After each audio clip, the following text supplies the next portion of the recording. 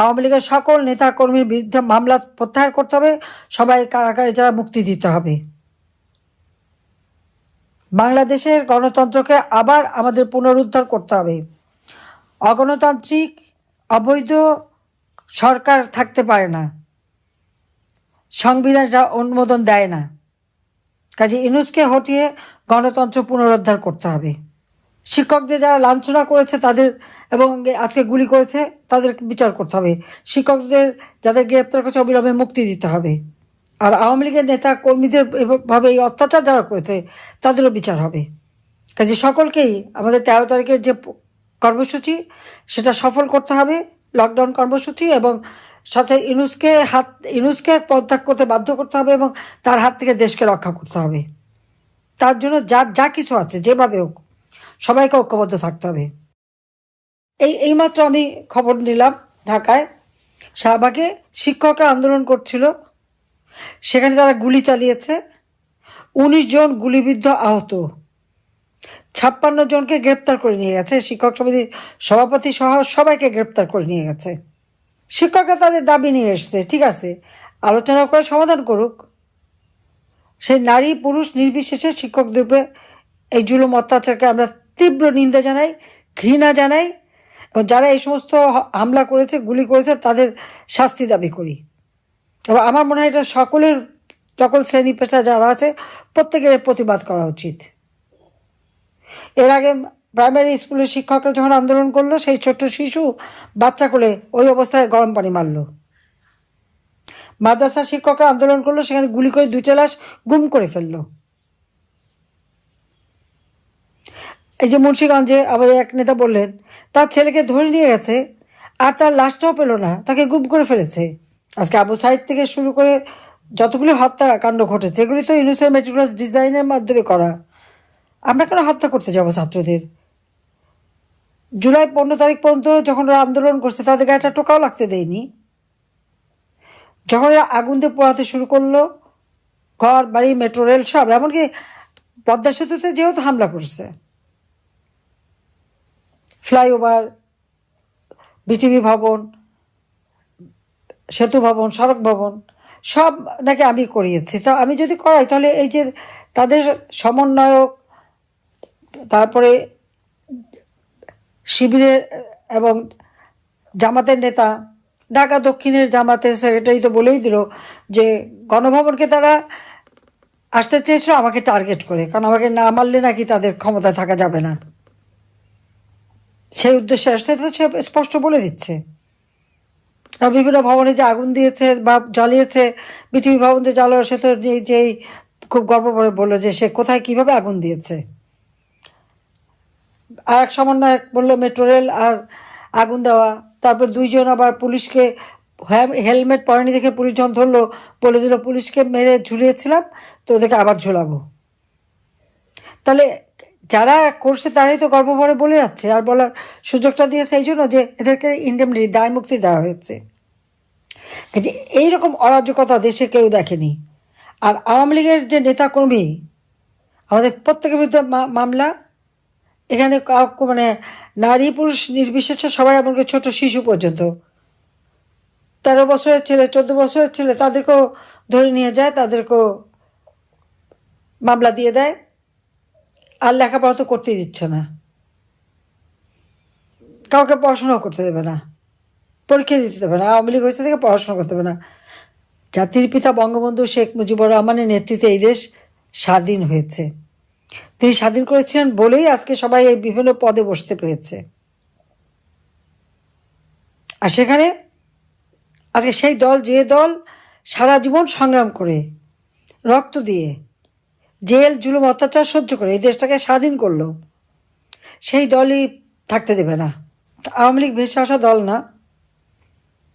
আওয়ামী লীগ জনগণের ভোটে নির্বাচিত রাজনৈতিক দল এবং বারবার নির্বাচিত হয়ে সরকার গঠন করেছে। ইউনূসের মধ্যে ওই ডাকাতি করে জঙ্গিদের নিয়ে, খুনি, হত্যাকারী, ডাকাতি এদেরকে নিয়ে ক্ষমতায় আসে নাই। ক্ষমতা দখল করে নিয়ে সে ভেবেছে দুনিয়াটা একেবারে যেন পাকা একটা কমলা লেবু ছিঁড়ে ছিঁড়ে খাবে। সেটা আর হচ্ছে না, এখন সব দরজা বন্ধ। আর তার রাষ্ট্র পরিচালনার কোনো যোগ্যতাই নাই, চরম একটা অপদার্থ। আজকে অর্থনৈতিকভাবে, সামাজিকভাবে, সাংস্কৃতিকভাবে সবভাবে দেশটা ধ্বংস করছে। আইন শৃঙ্খলার পরিস্থিতি এতই খারাপ যে কোনো মানুষ, কোনো পরিবারের কোনো নিরাপত্তা নাই। এখানে দলমত না, সাধারণ মানুষের জীবনেই নিরাপত্তা নাই। না নিরাপদে রাস্তায় চলতে পারে, না ঘরে ঘুমাতে পারে। যে কেউ যে কোনো সময় যে ঘরের মধ্যে ঢুকতে পারে, কোনো লেহাজ তমিজ আদব কায়দাও নাই। আজকে কি দুর্ভাগ্য আমাদের যে যারা আমার স্বাধীনতা সার্বভৌমত্ব রক্ষা করবে সেই সেনাবাহিনীর সদস্যদের পর্যন্ত আইসিটিতে তাদের মামলা হয়। আমি তো আমাদের আর্মি চিফকে শুরুতেই যখন একেবারে শুরুতে আমি বলেছিলাম যে এদের বিচার এখানে হতে পারে না। যেখানে আমরা যুদ্ধাপরাধীদের বিচার করেছি সেখানে কিভাবে এই আমাদের স্বাধীনতা সার্বভৌমত্ব রক্ষাকারী যারা তাদের বিচার করবে? তাদের অপরাধটা কী? আর্মি ডিপ্লয় করা হয়েছে, উপর থেকে যা হুকুম দিয়েছে তারা তাই করছে, তাদের বিরুদ্ধে কেন মামলা হবে? আর এতজন আর্মি অফিসার একসাথে মামলা করা, যদি কেউ অপরাধ করে সেনা আইন আছে, সেনা আইনে বিচার হবে। শুধু তাই না, যারা বিভিন্ন পদে ছিল, অতীতেও যারা ছিল, তাদের সবার বিরুদ্ধে মামলা, সবার পাসপোর্ট বাতিল ইত্যাদি ইত্যাদি। পুলিশে তো মেরে পা বেঁধে ঝুলিয়ে ঝুলিয়ে থানা 460টা থানায় আগুন দিয়ে পুড়িয়ে পিটিয়ে মেরে পা বেঁধে ঝুলিয়ে তাদেরকে ধ্বংস করেছে। এখন অবৈধ অস্ত্র ছড়াছড়ি, এবং এই অবৈধ অস্ত্র কত মানুষের হাতে। কয়েকটা মানে শিক্ষা প্রতিষ্ঠান এবং মাদ্রাসা আছে যেখানে তার অস্ত্রের ভাণ্ডার। কিন্তু আমি বিশ্বাস করি শক্তিশালী জনতার কাছে এই অস্ত্র কিছুই না, এটা আমাদের মাথায় রাখতে হবে। অস্ত্র তো মানুষকেই চালাতে হয়। আমরা তো আন্দোলন সংগ্রাম সবসময় করেছি। হ্যাঁ, আজকে আমাদের সকলের একেবারে অর্থনৈতিকভাবে পঙ্গু করে দেওয়ার জন্য ঘর বাড়ি লুটপাট, আগুন দিয়ে পোড়ানো, অফিস, ব্যবসা প্রতিষ্ঠান, খামারের মাছ, মুরগি, গরু, হাঁস সব দিকে ফলে বা সবই ধ্বংস করে দিয়ে আওয়ামী লীগের নেতাকর্মীদের অর্থনৈতিকভাবে পঙ্গু করে দেওয়া হচ্ছে। শারীরিকভাবে নির্যাতন, জেল জুলুম তো অত্যাচার আছে, সাথে সাথে আবার অর্থনৈতিকভাবেই তাদেরকে পঙ্গু করে দিয়েছে। আওয়ামী লীগের নেতাকর্মীকে হাতে হ্যান্ডকাপ পরায়, আল্লাহ যেন দিন দেয় ওর হাতেও যেন আমরা হ্যান্ডকাপ পরাতে পারি। আর সাথে সেই উপদেষ্টা লেফটেন্যান্ট জেনারেল জাহাঙ্গীর আর আইন উপদেষ্টা আসিফ নজরুল সহ যে কটা আছে, আর তাদের এই সমন্বয়করা যারা গোপালগঞ্জে দাঁড়িয়ে বঙ্গবন্ধুর বিরুদ্ধে কথা বলছে, সবগুলির বিরুদ্ধে সব কটার কোর্টে দাঁড় করাতে হবে। এবং যারা আপনাদের ঘর বাড়ি পুড়িয়েছে এদের নাম ঠিকানা সব রাখবেন। আমাদের ওরকম অবৈধ অস্ত্রও নাই, আমাদের কিছু নেই, কিন্তু আমাদের জনতা আছে, আমাদের জনতা আছে, এটা মাথায় রাখতে হবে। তবে আমি একটা আশার কথা বলি যে আমাদের যারা জেল খেটে একবার এসেছে তারা কিন্তু এখন খুবই শক্তিশালী সাহস হয়ে গেছে। কাজে এখানে আমাদের সকলকে এক হতে হবে, রুখে দাঁড়াতে হবে। আর ওই শিক্ষকদের গায়ে যে হাত তুলেছে এর প্রতিবাদ সকলকে জানাতে হবে। কেন শিক্ষকদের গায়ে হাত দেবে? লেখাপড়ার ব্যবস্থা তো শেষ করে দিয়েছে, ছাত্রছাত্রীদের দিয়ে শিক্ষকদের অপমান করিয়েছে, তাদেরকে পড়াতে বাধ্য করেছে। এরকম অপমান আমরা জীবনে দেখিনি যে এই শিশুরা যা করলো, ছেলেরা যা করলো, সে ইউনিভার্সিটি হোক আর স্কুল হোক। এই সমস্ত ছেলেমেয়েদের ভবিষ্যৎটা কি? ভবিষ্যৎটা শেষ। আমি জানি না বাবা মা এগুলি দেখে কি না। যাক, আমি এটাই বলবো যে আজকে দেশটাকে একেবারে ইনুস শেষ পর্যায়ে নিয়ে গেছে। অর্থনীতি, রাজনীতি, মানুষের জীবন মান সব ধ্বংস করে দিয়েছে। কাজে আমার একটাই কথা, এই সেনা কর্মকর্তা তাদের বিচার এই আইসিটিতে হতে পারে না, এটা বন্ধ করতে হবে। আওয়ামী লীগের সকল নেতা কর্মীর বিরুদ্ধে মামলা প্রত্যাহার করতে হবে, সবাই কারাগারে যারা মুক্তি দিতে হবে। বাংলাদেশের গণতন্ত্রকে আবার আমাদের পুনরুদ্ধার করতে হবে। অগণতান্ত্রিক অবৈধ সরকার থাকতে পারে না, সংবিধান এটা অনুমোদন দেয় না। কাজে ইউনূসকে হটিয়ে গণতন্ত্র পুনরুদ্ধার করতে হবে। শিক্ষকদের যারা লাঞ্ছনা করেছে তাদের এবং আজকে গুলি করেছে তাদের বিচার করতে হবে। শিক্ষকদের যাদের গ্রেপ্তার করেছে অবিলম্বে মুক্তি দিতে হবে। আর আওয়ামী লীগের নেতা কর্মীদের এভাবে এই অত্যাচার যারা করেছে তাদেরও বিচার হবে। কাজে সকলকেই আমাদের 13 তারিখের যে কর্মসূচি সেটা সফল করতে হবে, লকডাউন কর্মসূচি, এবং সাথে ইনুসকে পদত্যাগ করতে বাধ্য করতে হবে এবং তার হাত থেকে দেশকে রক্ষা করতে হবে। তার জন্য যা কিছু আছে যেভাবে হোক সবাইকে ঐক্যবদ্ধ থাকতে হবে। আর যাদের কাছে অবৈধ অস্ত্র আছে সেই অস্ত্র উদ্ধার করতে হবে। এবং সারা বাংলাদেশের মানুষকে আমি আহ্বান করব যে আপনাদের উপর যারা জুলুম করেছে, অত্যাচার করেছে, তাদেরও ঘর বাড়ি আছে, ব্যবসা প্রতিষ্ঠান আছে, সবই আছে। আর যে সমস্ত পুলিশের যারা আজকে নির্যাতন চালায় তাদেরও তো আগামী দিনে চাকরি করতে হবে, সেই জন্য তারা মনে রাখে, এবং তাদেরও পরিবার পরিজন আছে।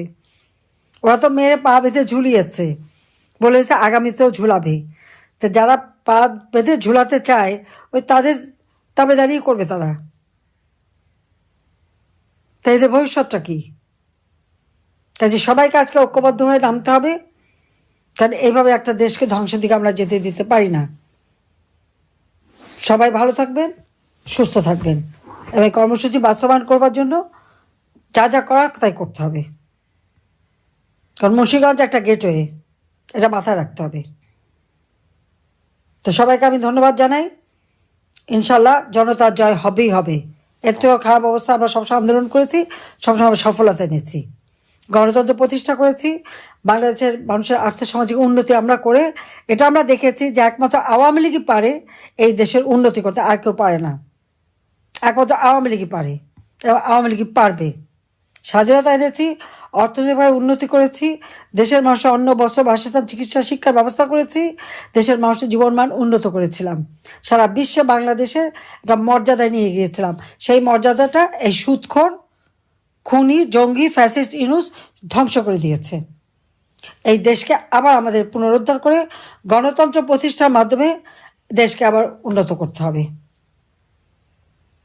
আর ওই সংবিধান, লাখো শহীদদের রক্তের বিনিময়ে ওই সংবিধান, জনগণের ভোটে নির্বাচিত প্রতিনিধি দ্বারা এই সংবিধান, এখানে হাত দেওয়ার অধিকার তাদের নাই। তাদের ওই জুলাই ঘোষণা টোষণা ওগুলি আমরা মানি না। কারণ জুলাইতে তো গুন্ডামি করেছে, ডাকাতি করেছে, চুরি করেছে, মানুষ হত্যা করেছে, পুলিশ হত্যা, আওয়ামী লীগ নেতা কর্মী হত্যা, সাংবাদিক হত্যা, সংখ্যালঘুদের হত্যা, এটা তো হত্যাকাণ্ড করেছে, যার জন্য তাদেরকে ইন্ডেমনিটি দিয়েছে। সে অপরাধী তারা, তাদের হয়ে গেছে জুলাই হিরো, আর নির্যাতিতরা সব জিরো। তো নির্যাতিতদেরই এখন রুখে দাঁড়াতে হবে, আর সবাই রুখে দাঁড়ানোর জন্য প্রস্তুতি নেন। সবাইকে ধন্যবাদ। জয় বাংলা, জয় বঙ্গবন্ধু, বাংলাদেশ চিরজীবী হোক। খোদা হাফিজ।